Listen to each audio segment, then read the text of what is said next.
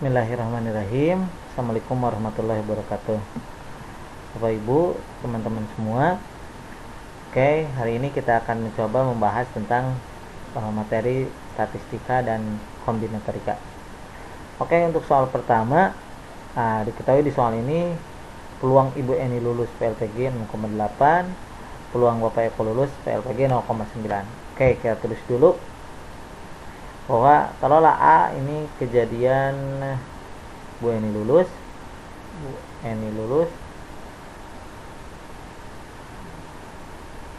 B kejadian Bapak Eko lulus. Oke.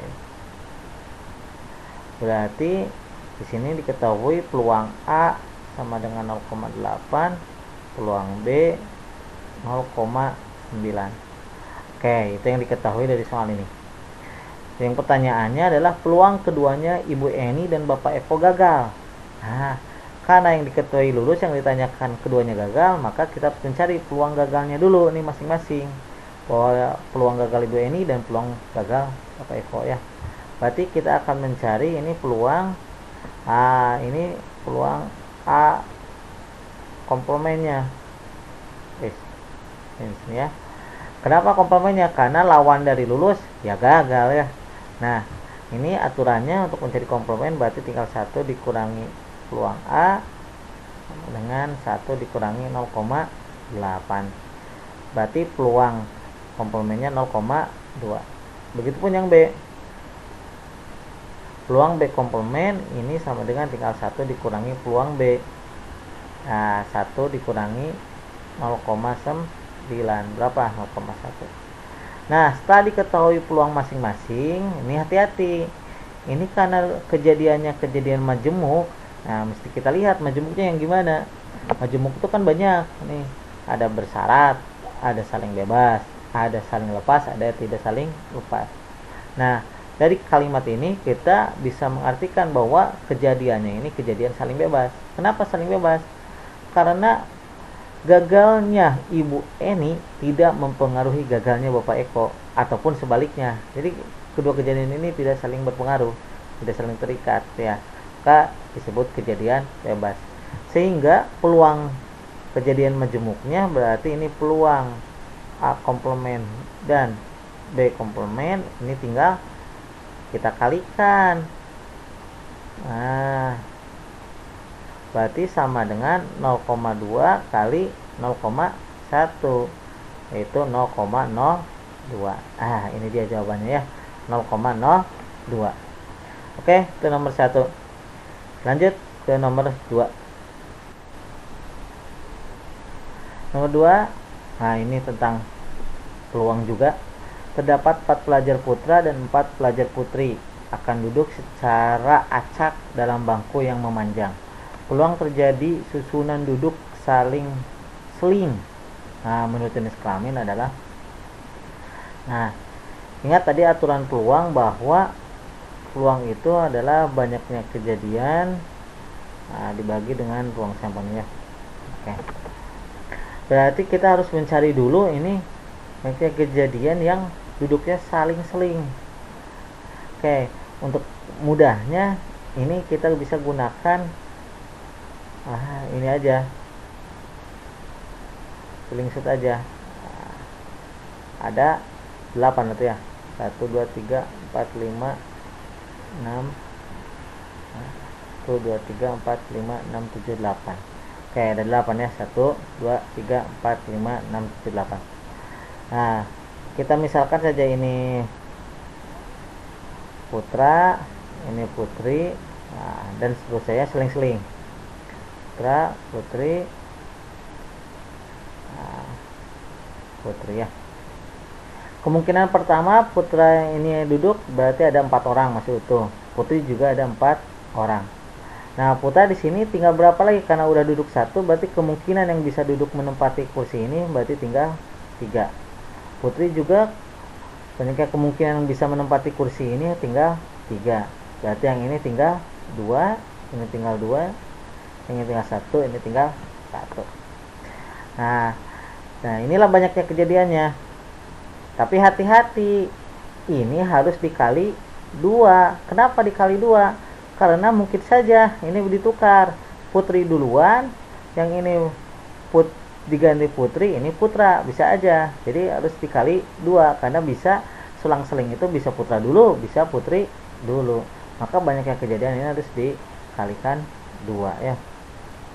Nanti tinggal ini kan artinya sama aja dengan 4 faktorial kali 4 faktorial kali 2. Dari mana 4 faktorial? Ini 4 kali 3 kali 2 kali 1 kan 4 faktorial. Nah itu NA-nya. Untuk semestanya atau ruang sampelnya, berarti keseluruhannya ya tinggal 8 orang ini duduk, susunannya duduk secara acak aja, bebas di mana saja. Berarti itu tinggal 8 faktorial ya. Berarti peluangnya adalah NA dibagi NS. Berarti tinggal 4 faktorial kali 4 faktorial kali 2 faktorial. Sekali 2 aja ya, gak usah faktorial. Ini dibagi 8 faktorial. Sama dengan ini kan 4 kali 3 kali 2 kali 1, yang ini faktorial tetap, ini kali 2. Yang 8 ini sama aja, 8 kali 7 kali 6 kali 5 stop. Nah kali 4 faktorial. Ini kita bisa cancel, 4 kali 2 8, ini bisa di cancel juga. Ini 3 kali 2 6 ya. Ini juga bisa cancel. Berarti sisanya tinggal 1/7 kali 5 35. Nah peluangnya berarti 1/35. Jadi peluang kejadian selang-seling ini. Nah yang sering salah di sini ya, sering kali lupa bahwa ini bisa tertukar, bisa putri dulu, bisa putra dulu ya, gitu di sana. Oke, next.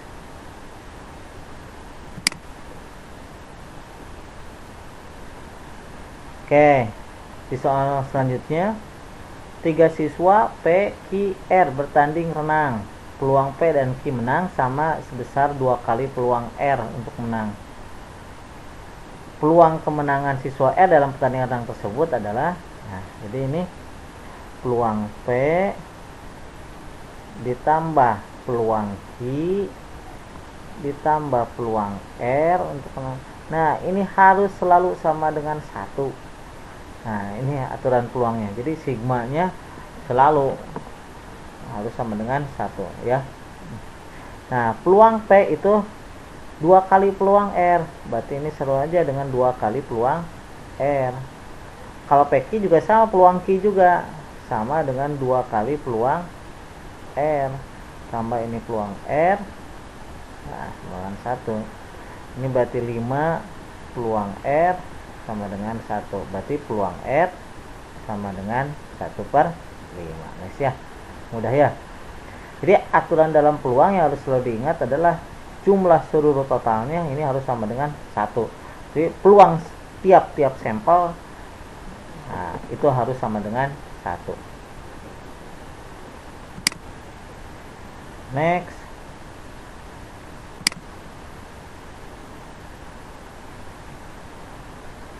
Dalam sebuah kotak berisi 10 bola kecil yang diberi nomor 1 sampai 10. Secara acak diambil 2 buah bola. Peluang terambil kedua bola dengan jumlah nomornya ganjil adalah. Oke, kata kuncinya ini, nomornya ganjil. Ingat bahwa ganjil itu hanya bisa dihasilkan dari penjumlahan ganjil tambah genap. Nah, ini baru jumlahnya akan ganjil. Kalau ini berbeda. Kalau genap dengan genap, genap tambah genap, pasti genap. Ganjil tambah ganjil juga ganjil ya. 3 tambah 5 misalkan tetap genap. Jadi, agar secara acak diambil 2 buah bola yang dua-duanya yang jumlahnya ganjil, maka ini keduanya harus berbeda. Pengambilan pertama dan diambilnya sekali aja ya. Nah, jadi yang satu harus ganjil, yang satu harus genap. Jadi peluangnya taruhlah kita A aja, kejadian terambilnya bola yang berjumlah ganjil. Ini NA dibagi NS. Berarti kejadian A-nya ini harus berbeda, yang satu ganjil, yang satu genap. Dari nomor 1 sampai 10 itu terdiri dari 5 bilangan ganjil dan 5 bilangan genap. Nah, berarti ini artinya 5 kombinasi 1 ditambah 5 kombinasi 2. Nah, kali ya. Yang satu harus ganjil, yang satu genap, bukan tambah, kali di sini. Karena yang satu harus ganjil, yang satu harus genap. Bisa dengan mana aja berpasangannya, makanya kali. Ini berarti 2 buah bola diambil dari 10, berarti semestanya atau ruang sampelnya 10 kombinasi 2. Ini 1 ya, sorry, yang genap juga 1, diambil 1. Berarti ini 5 faktorial dibagi kombinasi 4 faktorial kali 1 faktorial, kali ini juga sama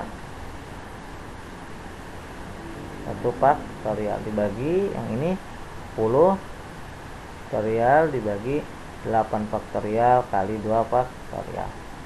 Nah, ini sama dengan ini 5, yang ini juga 5 4 10, berarti ini 10 kali 9 kali 8 faktorial bagi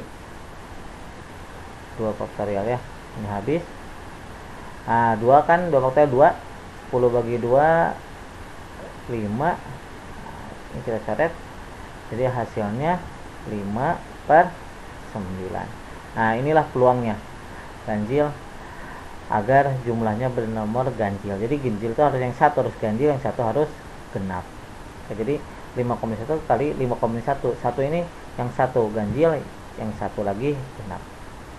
Oke. Jadi ya.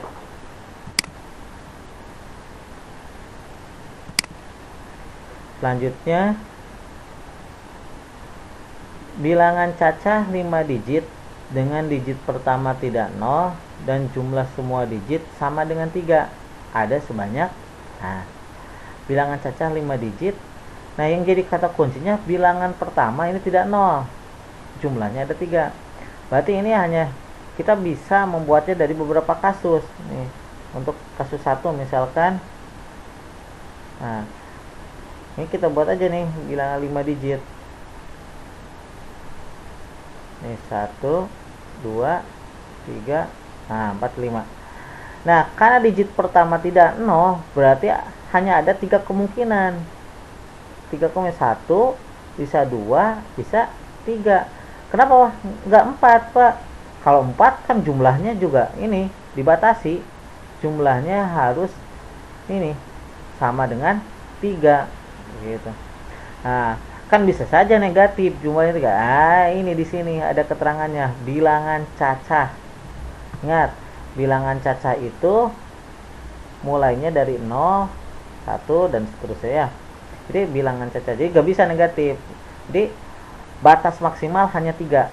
Nah, ke sana gak bisa lagi. Oke, kita kasus 1 jika bilangan pertamanya 3. Karena jumlahnya 3, maka tidak ada cara lain, maka bilangan selanjutnya ini harus 0 0 0 0. Nah, jadi hanya ada susunan untuk kasus 1 yang digit pertamanya, jika digit pertama 3 hanya ada satu kemungkinan, yaitu ini bilangan cacah 5 digitnya 3 0 0 0 0. Gak ada lagi. Berarti ini hanya satu nih, satu bentuk. Oke. Kasus kedua, jika bilangan pertamanya sekarang bukan 3, kita ganti 3 udah, sekarang bilangan pertamanya 2. Jika bilangan pertamanya 2, maka di sini hanya ada satu kemungkinan juga, bisa tinggal bentuknya, tinggal ini butuhnya 1 lagi, yang lainnya 0. Nah, tapi hati-hati, satu ini bisa disimpan di sini, bisa disimpan di sini, bisa disimpan di sini, bisa disimpan di sini, bisa disimpan di sini. Jadi ini taruhlah 2 kita jadi patokan. Berarti dari sini ke sini, dari sini ke sini itu sama aja dengan artinya permutasi 4 unsur dengan 3 unsur yang sama. Nah, ini sama aja dengan 4 faktorial bagi 3 faktorial. Nah, berapa? Berarti 4 kali 3 faktorial, ini 3 faktorial, habis. Nah, sisanya 4. Jadi ini ada 4 jenis bilangan. Oke, selanjutnya kasus ketiga. Kasus ketiga, bilangan pertamanya ini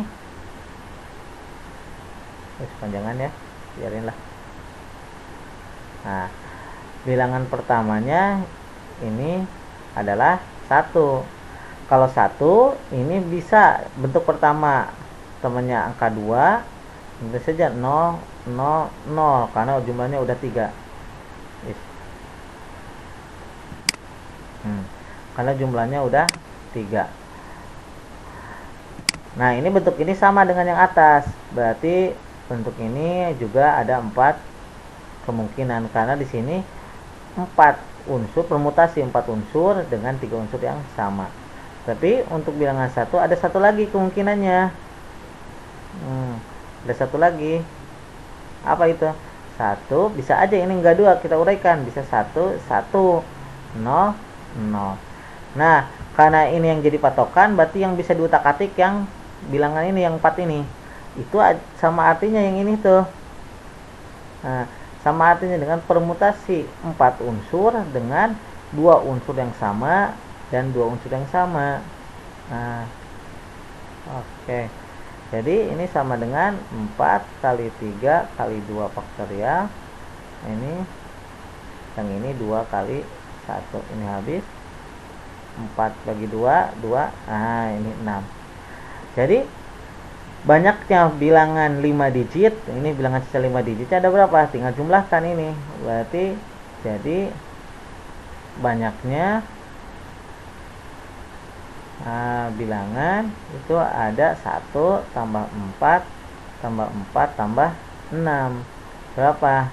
15. Jadi ada sebanyak 15 bilangan ya. Oke, ini ya jawabannya ya. Oke, selanjutnya. Selanjutnya nomor 6. Nomor 6. Ini kepotong. Kita kecilkan dulu. Oke. Pada ulangan matematika diketahui rata-rata nilai kelas 58, rata-rata kelas 58. Rata-rata nilai matematika siswa pria 65, sedangkan siswa wanita 54. Perbandingan banyaknya siswa pria dan siswa wanita adalah. Nah, ini bisa dilakukan baik secara prosedural dengan yang sudah diajari di kelas. Nah, ada cara teknik triknya. Oke, kita bahas dulu dengan cara yang prosedural yang umum. Ya. Oke, cara ke-1. Nah, ini menggunakan rata-rata gabungan. Berarti kan rata-rata gabungan ini sama dengan rata-rata 1 kali N1 ditambah rata-rata kedua dikali N2 dibagi ini N1 tambah N2. Ini jika ada 2 data dipecahnya. Jika ada 3 ya tinggal dilanjutkan. Nah, ini rata-rata gabungannya 58. Ini rata-rata pria lah, N1 ini 65. Karena ini pria dulu, di sini berarti ini N1. Nah, ini N2. Ditambah rata-rata perempuannya adalah 54 kali N2. Oke. Ini kita kalikan silang.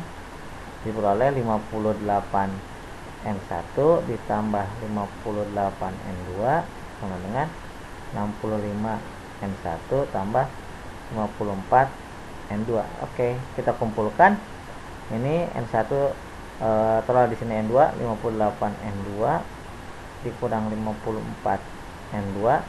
Ini sama dengan 65 N1 dikurang 58 N1. Oke, di sini ya. Jadi hasilnya sederhananya 4 N2 sama dengan 65 kali 58 7 ya, 7 N1. Sehingga ini kita bisa kumpulkan bilangan-bilangan 4 per 7 sama dengan N1 per N2. Nah, inilah perbandingannya. Jadi N1 berbanding dengan N2 sama dengan 4 berbanding 7. Ini cara biasa yang kita gunakan. Nah, ada cara lainnya. Jawabannya 4 banding 7.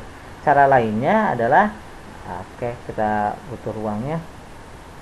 Oke, kita di sini cukup. Nah, cara lainnya cukup gini. Ini taruhlah yang laki-laki, ini yang perempuan rata-ratanya. Laki-laki berapa rata-ratanya? 65, ini 54. Nah, rata-rata gabungannya kelasnya 58. Nah, ini kita mencari aja selisihnya. 65 dengan 58 berapa selisihnya? 7. Yang ini selisihnya berapa? Nah, ke sini arahnya. 54 dengan 58 selisihnya berapa? 4. Maka perbandingan laki-laki dan perbandingan perempuan, nah ini laki-laki dengan perempuan, ini sama dengan 4 banding 7, sama ya. Nah, ini cara kedua, cara cepatnya. Oke, jawabannya tetap 4 banding 7. Oke ya. Selanjutnya terakhir satu lagi. Oke, jika dari satu set kartu bridge diambil sebuah kartu, maka peluang terambil kartu berwarna merah atau as adalah, nah ini mungkin bapak-bapak sudah tahu tentang kartu bridge ini, tapi sebagian ibu-ibu mungkin belum tahu bahwa kartu bridge ini kita dikenalnya dengan kartu remi lah gitu. Kartu bridge ini ada totalnya, kartu bridge ini totalnya ada 52. Nah, ini terbagi menjadi 4 jenis. Nah, ada yang merah dulu ada kotak, ada hati, ada skop, ada keriting. Nah, ini masing-masing ada 13. Nah, 13. Jadi semuanya ada 52. Yang ini warna merah, yang ini warna hitam. Oke. Ini masing-masing dimulai dari as, ini 1, 2, 3 dan seterusnya. Ini juga sama ya semuanya ya. Oke, dari ilustrasi ini jelas ya. Nah, karena ini yang jadi pertanyaan adalah peluang terambilnya kartu berwarna merah atau as. Nah, ini kejadian yang majemuk, tapi ini tidak saling lepas ya ini ya. Nah, ada irisannya ini, tidak saling lepas ini, hati-hati. Ini kejadian tidak saling lepas. Jadi kalau tidak saling lepas, cirinya ada irisannya. Nah, maka ini peluang A gabung B, aturannya peluang A ditambah peluang B dikurangi peluang A irisan B. Oke. A adalah peluang atau kejadian terambilnya kartu berwarna merah, sedangkan B ini kejadian terambilnya kartu as. Oke. Berarti ini sama dengan kejadian terambilnya kartu berwarna merah. Lihat ini berwarna merah ada berapa anggotanya? 13 tambah 13 berarti ada 26. Ini 26 dibagi keseluruhannya 52. Sekarang yang peluang kejadian B, kejadian terambilnya kartu as. Ini lihat, kartu as ini ada berapa? Itu saja ada 4. Bisa as kotak, as hati, as kop dan as keriting. Berarti ini 4 per 52 dikurangi. Nah, ini irisannya. Irisannya adalah kartu yang sama, ya as yang berwarna merah. Berarti hanya ada 2 ya, as kotak dan as hati. Berarti dikurangi 2 per 52. Tinggal dijumlahkan berarti dan dikurangi hasilnya 28 per 52. Nah, ini dia jawabannya, 28 per 52. Oke, itu dia pembahasan mengenai kombinatorika dan statistik. Mudah-mudahan bisa bermanfaat bagi Bapak Ibu dan teman-teman yang lainnya. Oke, terima kasih. Silahkan nikmati video-video yang lainnya. Akhirul kalam, wabillahi taufiq hidayah. Assalamualaikum warahmatullahi wabarakatuh.